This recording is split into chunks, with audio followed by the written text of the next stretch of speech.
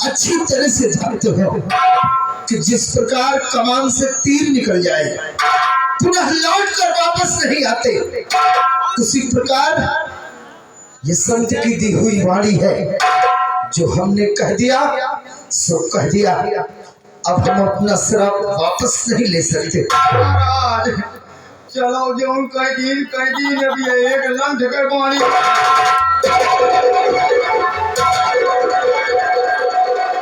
मूर्खो, एक संत का अपमान करते जा रहे हो। बोल शराब की खबर दे दियो पापा। जीवे तो आता है इसी वक्त तुम सबों की जिंदगी को नष्ट कर दूं, लेकिन नहीं, जैसा करोगे ऊपर वाला सजा देगा। हमको क्या, हम तो चलते हैं।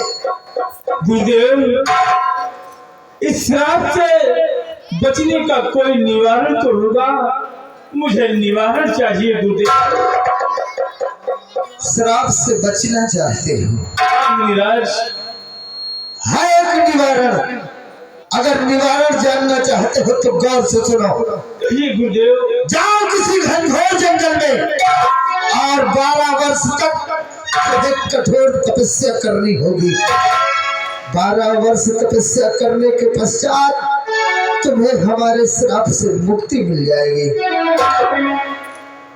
ठीक है गुरुदेव, जैसा आप कहेंगे हम करने के लिए तैयार हैं, लेकिन वनगमन से पहले हम अपने परिवार से मिलना चाहते हैं। क्या कहा? वनगमन से पहले अपने परिवार से मिलना चाहते हो? जाओ जाओ, हमने आदेश दिया तुम्हें, लेकिन सिर्फ 2 घंटे तक। 2 घंटे तक अपने परिवार से मिल सकते हो, और अगर 2 घंटे से 1 भी मिनट ज्यादा हुआ तो समझ लो तुम्हारा राज्यपाट सब कुछ तहस नहस हो जाएगा। एक एक की मौत होगी। ऐसा ना करो मुन्नी राज।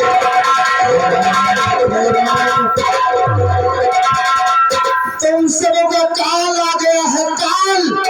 देखो जंगल से शेर निकल कर आ रहा है।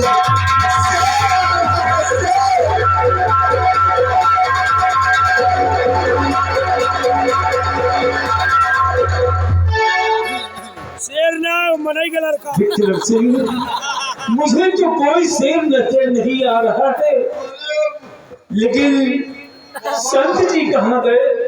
बाबा गायब हो गए।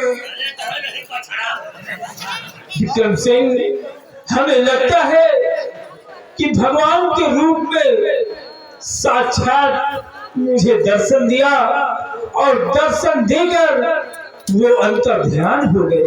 महाराज, संत महात्मा जी ने जो कुछ बताया, उनके बताए हुए रास्ते पे आप चले, चल करके अपने परिवार से मुलाकात कीजिए महाराज।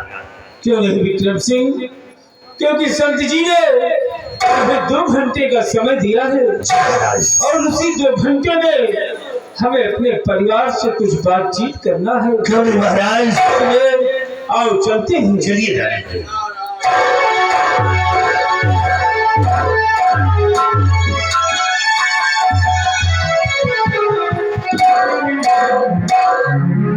यार बिहारी यार, महाबली बड़ा गजब भैया भैया। अरे बाप, काहे महाराज जंगल में शिकार खेले होते, काहे संत जी मिलते, काहे शराब देते। अब 2 घंटा से ज्यादा महाराज राजमहल में रहे तो पूरा राज तहस नहस हो गया भैया। आओ चलिए यार। महाराज से बोल बतला लिया,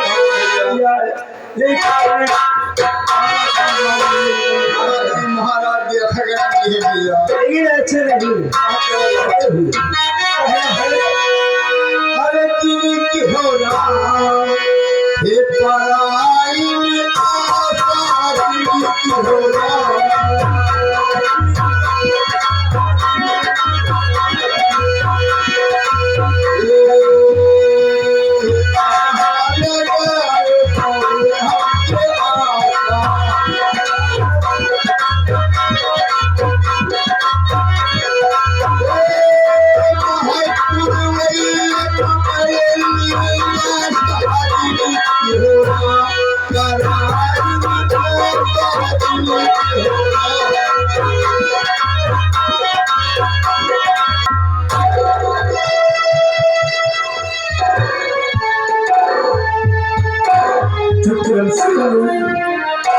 आज हम पियान जंगल में शिकार खेलने गए और शिकार के बहाने मेरे साथ क्या गुजर गया।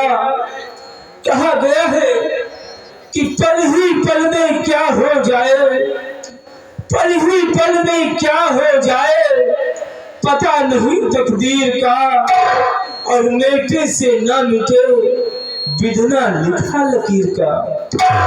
जो आज मेरी किस्मत में लिखा था वो हमारे साथ हुआ है।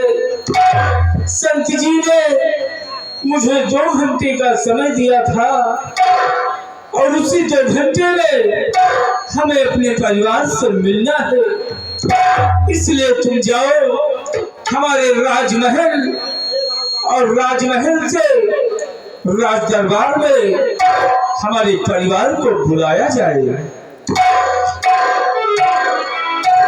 महाबली, जाओ महाराज के पूरे परिवार को राज दरबार में उपस्थित करो। जैसा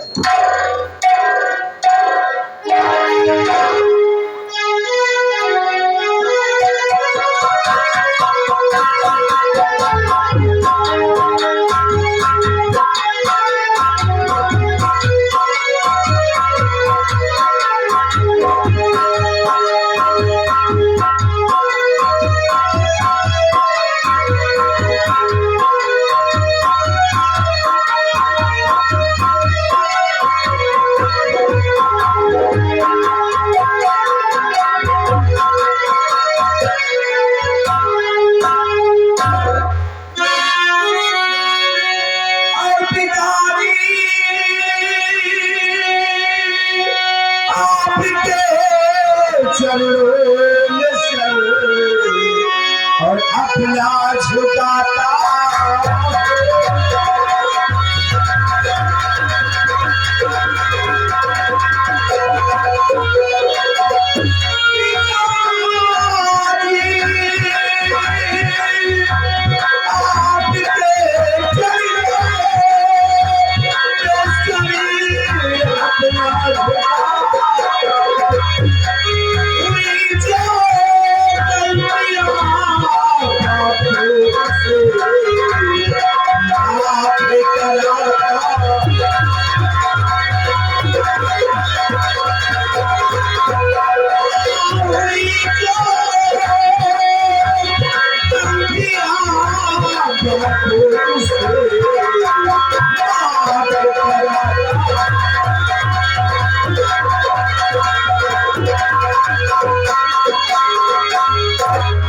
हो बेटा, और जुग जुग बेटा तुम जिए और रहे सदा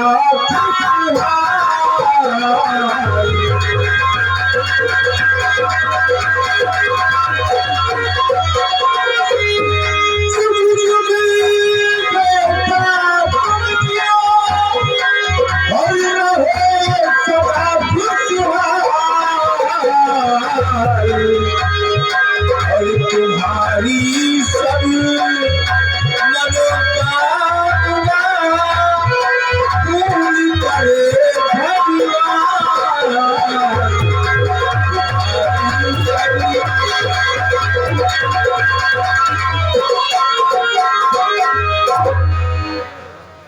पिताजी। आज सुबह क्या देखता हूँ कि मैं हमेशा आता था, आपकी चरण छूता था तो आप मुस्कुरा कर मुझे आशीर्वाद दिया करते थे, और आज क्या बात है जो आपके चेहरे पर उदासी है और आपके आंखों में आंसू छलक रहे हैं। मंदिर जी भी उदास बैठे हुए हैं, क्या बात है पिताजी? हम इस उदासी का कारण जानना चाहते हैं, बताइए ना पिताजी।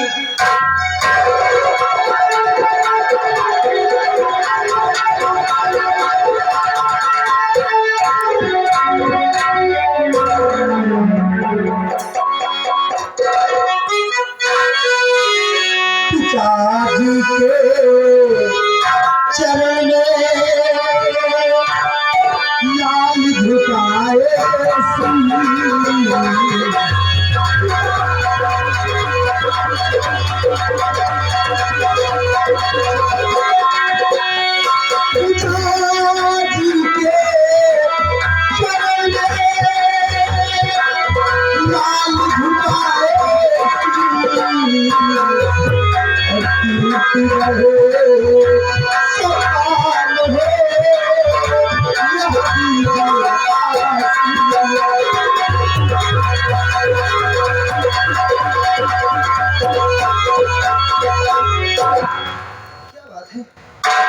दरबार में सन्नाटा छाया हुआ है, सबके चेहरे पर उदासी छाई हुई है। बड़े भैया आप ही बताइए बड़े भैया कि आखिर बात क्या है जो पिताजी अपना सर झुकाकर बैठे हुए हैं और किसी से कुछ बोल नहीं रहे। विजय मेरे भाई, इसी बातों से तो मैं भी चिंतित हूँ, परेशान हूँ। जब से आया हूँ राज दरबार में, पिताजी से पूछता हूँ तो पिताजी भी कुछ नहीं बता रहे हैं, और मंत्री जैसे से पूछता हूँ तो मंत्री जी भी कुछ नहीं बता रहे हैं। न जाने क्या बात है, क्योंकि आज पूरे राज दरबार में उदासी छाई हुई है भैया। मैं खुद परेशान हूँ भैया, परंतु कोई ना कोई बात जरूर है बड़े मैं जरूर कोई ना कोई बात भैया पिताजी से हमें पूछना चाहिए। पिताजी पिताजी बताइए क्या बात है, क्या बात है? आपकी खामोशी का कारण, ये उदासी का कारण क्या है बेटा? मैं उदासी का कारण जानना चाहते हो तो मैं सब बताऊंगा बेटा, ध्यान से सुनिए। आज हम और हमारे साथ में महामंत्री विक्रम सिंह और दरबार के सभी दरबारी बियावान जंगल में शिकार खेलने गए थे, और जब मैं बियावान जंगल में पहुंचा तो रास्ते में एक संत जी तपस्या कर रहे थे, और जब मैं उनके सामने से गुजरा तो मेरा पैर संत जी से टकरा गया, और जब मेरा पैर संत जी से टकराया तो उन्होंने क्रोध में आकर मुझे श्राप दे दिया।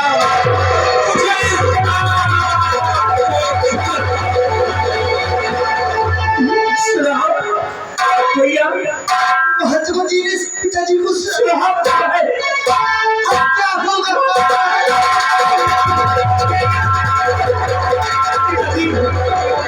पिताजी, महात्मा जी ने आपको कैसा श्राप दिया है? क्या क्या है महात्मा जी ने आपको कैसा श्राप दिया है? उन्होंने कहा कि जाओ, तुम्हारा सर्वनाश हो जाएगा, तुम्हारा सर्वनाश। भैया बड़े भैया अपना सर्वनाश हो जाएगा। अब तो अपना सब कुछ नष्ट हो जाएगा। लेकिन नहीं भैया, इस दुनिया में अगर कोई शब्द बना है तो उसका अर्थ भी बनाया गया है, अगर कोई प्रश्न बना है तो उसका उत्तर भी बनाया गया है।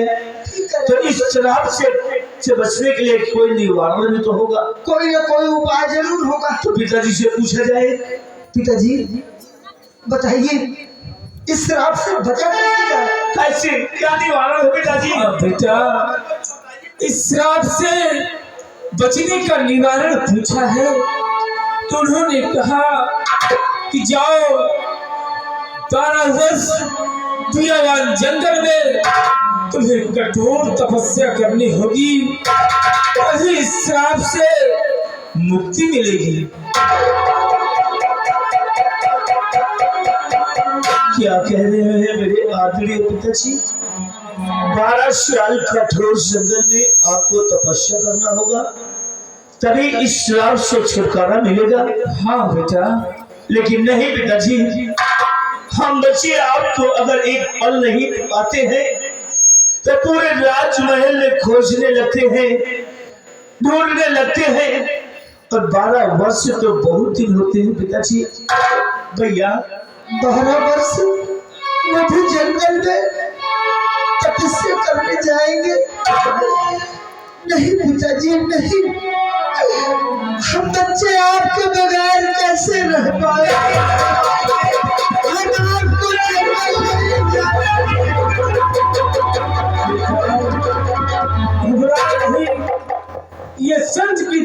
वाणी है, हम इसे नहीं टाल सकते हैं। बेटा जी, आप 12 साल की उस जंगल में तपस्या करेंगे और ये अपना इतना बड़ा राजमहल है, और राजमहल में किसी भी कोने पे एक सुंदर सा मंदिर बनवा दिया जाएगा। आप उसी मंदिर पर बैठकर 12 साल की तपस्या को पूरा कर सकते हैं। जंगल में तपस्या करने की क्या आवश्यकता है? क्यों भैया? कोई जरूरत नहीं है। मैं किसी भी कोने मंदिर बन जाएंगे। अगर आप जंगल चले जाएंगे पिताजी, तो हम सबों को कौन संभालेगा? कौन देखेगा हम लोगों को? और इतना बड़ा ही अपना साम्राज्य है, इतनी जनसंख्या में आपकी प्रजा है, इसकी देख रेख जिम्मेदारी कौन संभालेगा? बेटा, मैं भी बैठे बैठे यही सोच रहा हूँ कि मेरे जाने के बाद इस राजपाट की जिम्मेदारी कौन संभालेगा। लेकिन मैंने सोचा है कि मेरे जाने के बाद इस राजपाट की जिम्मेदारी हम अपने बड़े बेटे अजय सिंह को देकर जाएंगे। आप बचीना, ये आपका लिया फैसला गलत है। ये जिम्मेदारी मैं नहीं निभा पाऊंगा। मेरी उम्र ही अभी क्या है, अभी खेलने कूदने की उम्र है, और आप राजपाट का भार मुझको दे रहे हैं। नहीं बेटा जी, ये फैसला आपका गलत है। अपना लिया हुआ ये फैसला वापस लीजिए। नहीं बेटा, अगर ये राजपाट की जिम्मेदारी तुम नहीं संभालोगे तो फिर कौन संभालेगा? अभी हमारा छोटा बेटा विजय सिंह वो पढ़ रहा है, उसे राजपाट के विषय में कोई जानकारी नहीं है। इसलिए आओ, सिंहासन ग्रहण करो, हम अपने हाथों से तुम्हारा राज तिलक करते हैं। हाँ बेटा, सिंहासन ग्रहण करो।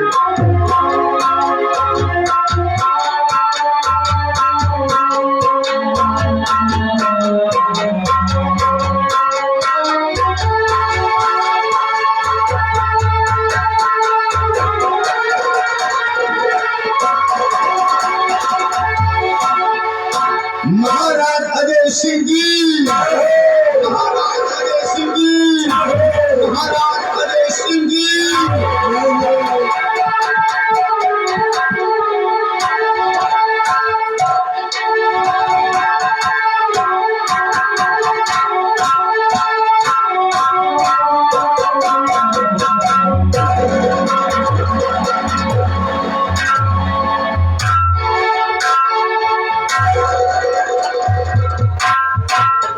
और बेटा, ये जिम्मेदारी तो तुमने संभाली है, लेकिन मेरे जाने के बाद हमारी प्रजा को किसी प्रकार की तकलीफ नहीं पहुंचनी चाहिए। पिताजी, आप इस बात से परेशान मत हो। आप छुटकारा पाने के लिए तपस्या में मन लगा करके तपस्या करना, और आप यकीन करिए, जब 12 साल की तपस्या को पूरा करके आप राजमहल वापस आएंगे, तो आपकी ये साम्राज्य जनता या कि राजमहल में रहने वाला कोई भी सदस्य मेरे खिलाफ आपको कोई शिकायत नहीं कर पाएगा। पिताजी, मुझे आपके चरणों की सौगंध है कि इस राजपाट की जिम्मेदारी मैं अच्छी तरह से निभाऊंगा, अच्छी तरह से निभाऊंगा।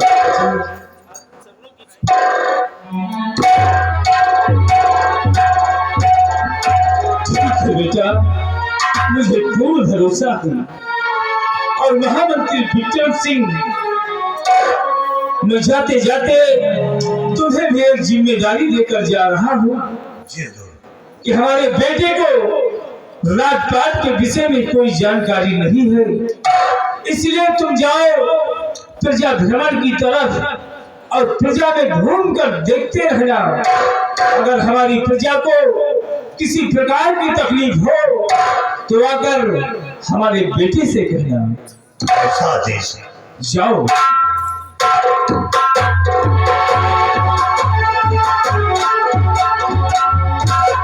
और बेटा, संत जी ने मुझे 2 घंटे का समय दिया था, वो पूरा हो गया है। अब मैं जा रहा हूँ बेटा।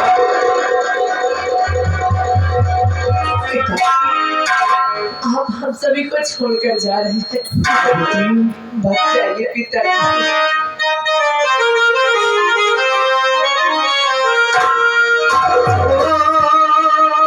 मुझको पिताजी कहाँ चल